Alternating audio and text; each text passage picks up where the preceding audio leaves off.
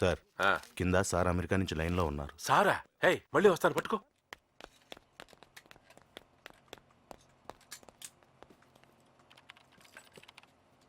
నమస్కారం సార్. శ్రీలంక నుంచి ముదుగులి డబ్బులు పంపించాడు రామ్కోటి.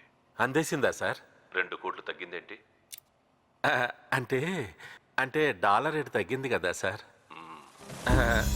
నేను కనుక్కుని మీకు మళ్ళీ ఫోన్ చేస్తాను సార్. ఈసారి మాత్రం ఏం తేడా రాకుండా చూసుకుంటాను సార్. అయ్యో పాపం, కింద కూర్చున్నారేమిటి?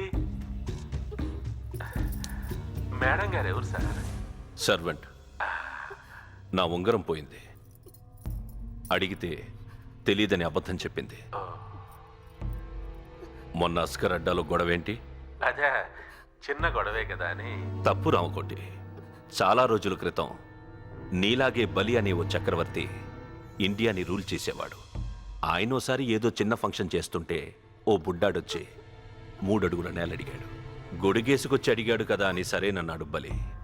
తీరా చూస్తే వాడు ఆకాశం భూమి 2 అడుగులతో కొల్చేసి 3వ అడుగు వాడు నెత్తి మీద పెట్టి తొక్కేశాడు.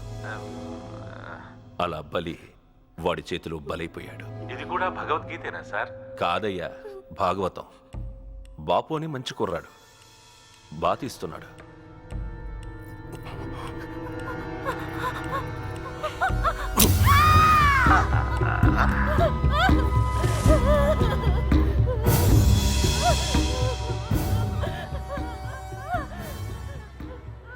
వాడెవడో కనుక్కోరా ఇంకోటి. అసలు వాడికి అస్కర్ గురించి ఎవరు చెప్పారు కనుక్కో. అమ్మయ్యా. రే జీవా సార్, అస్గర్ గురించి అసలు వాడికి ఇన్ఫర్మేషన్ ఎవరు ఇచ్చారు కనుక్కో. సరే సార్. పో. దాయి దాయి దమ్మ కులికే కుందనాల బొమ్మ. ఇట్రా. ఏంటి రసూల్ అంటే ఎవడరా? చెప్తే నాకేంటి? నేనే.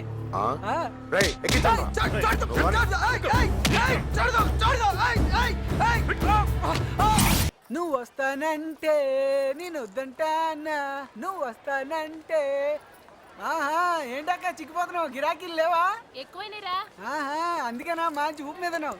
సార్ ఏంటి సార్ మీరు ఇలా వచ్చారు? అస్గర్ ఎక్కడ? నిన్నే. సార్కి చాయ్ చెప్పరా. బట్టల సబ్బులు పంపించావా? పంపిస్తున్నాను అత్త.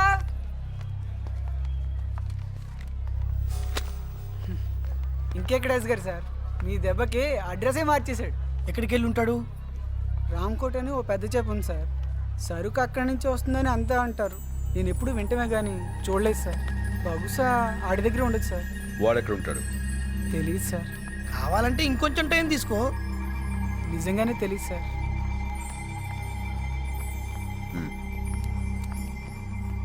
సార్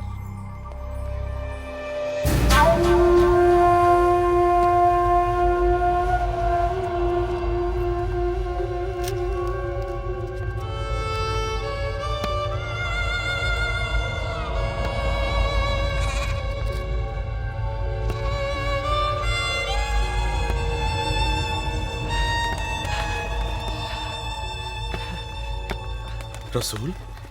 రామ్కోటి దగ్గరికి వెళ్తే అక్కడ జీవాని ఒకడు ఉంటాడు. వాడే సార్. ఆడిని మాత్రం వదలొద్దు సార్. అదే మీరు నాకు ఇచ్చే ఫీజు సార్. ఆడిని వదలొద్దు సార్. ఏ జిల్లా ఓ పిల్ల నీది, ఏ జిల్లా